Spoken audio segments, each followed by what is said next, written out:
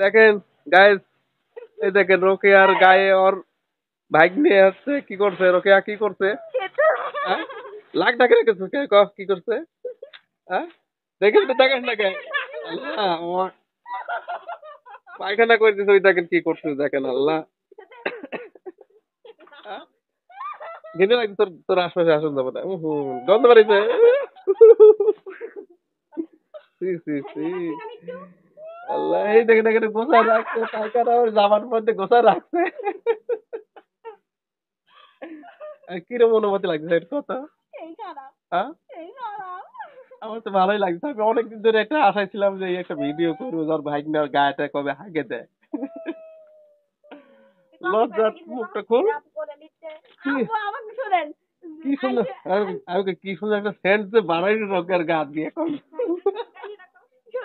কাহিনীটা কি? আলসি মানুষের যা হয়, আপু আবার কখন থেকে করতেছে আমার দামাক দিয়ে খিদে লাগতেছে আমার লগে।